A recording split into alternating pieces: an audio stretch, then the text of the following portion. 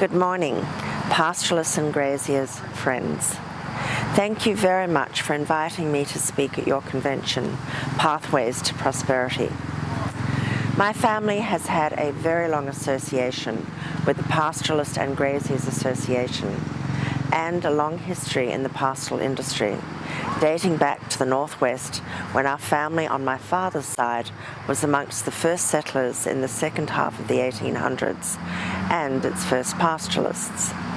And on my mother's side, her father James Nicholas, both separately and including in association with his long-term friend and another remarkable Australian, Sir Sidney Kidman, also had a long tradition of pastoral interests. It is a very special honour for me to now address Pastoralists and Graziers and the PGA at your convention. Thank you. We are an industry I believe we can all be proud of, an industry of great importance to Australia for centuries, an industry built with many remarkable Australians in rugged and remote and often difficult outback conditions, an industry which many others from truckies to accountants and agents rely upon. Please join me in very well-deserved applause. May I add my warmest congratulations in advance to tonight's award winners. Now I would like to speak briefly to you about our industry and two pathways to prosperity, the reduction of red tape and investment in agritech. Australia's cattle industry has great room to grow and is right on the doorstep of the growing demand from Asia. Take, for example, the size of our cattle industry compared to Brazil. How many head of beef cattle does Brazil have? And how many head of cattle do you think Australia has? The answer is astonishing. Approximately, Brazil currently has more than 210 million head of beef cattle, compared to Australia's approximately 25 million. Let's look at a further comparison, that between West Australia and Queensland.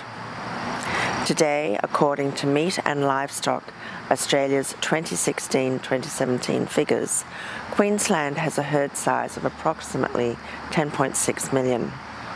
And what about West Australia, with its much larger land area? Would you think would have more cattle than Queensland?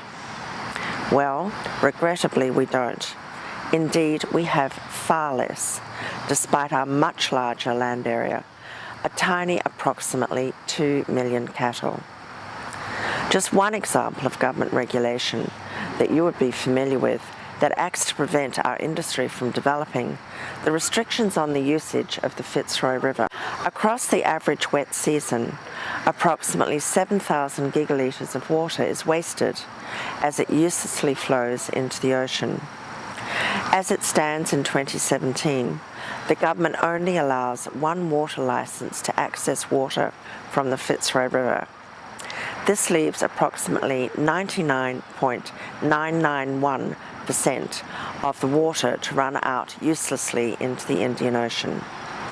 We can't raise cattle without good water supplies, and we sure can't match Brazil without increasing water supplies. Stagnant, unfenced dam water, which cattle often drink, can be dirty and contaminated, containing diseases such as E. coli and Giardia, causing illness and deaths. Allowing access to water from the Fitzroy would not only be a win for pastoralists, but also a win for the animals, as they would be drinking cleaner, healthier water. Finally, across all of our Kidman stations, we are undergoing a technology transformation.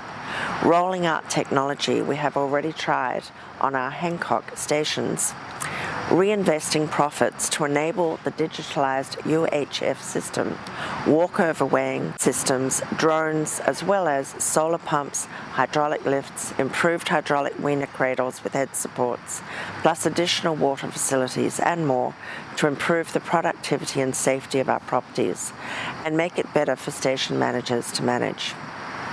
The digitalised UHF system enables clear and quick and widespread communication from anywhere on the property to anywhere in Australia or overseas through the use of a handheld device.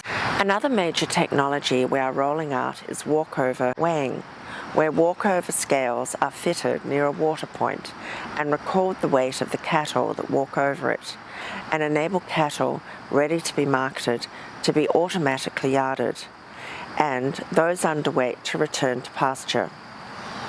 Representing one of the largest commercial trials for drones in agriculture, we recently completed testing of drones on our Kimberley stations, and after licenses obtained, we will roll this technology out across all of our stations, commencing this year.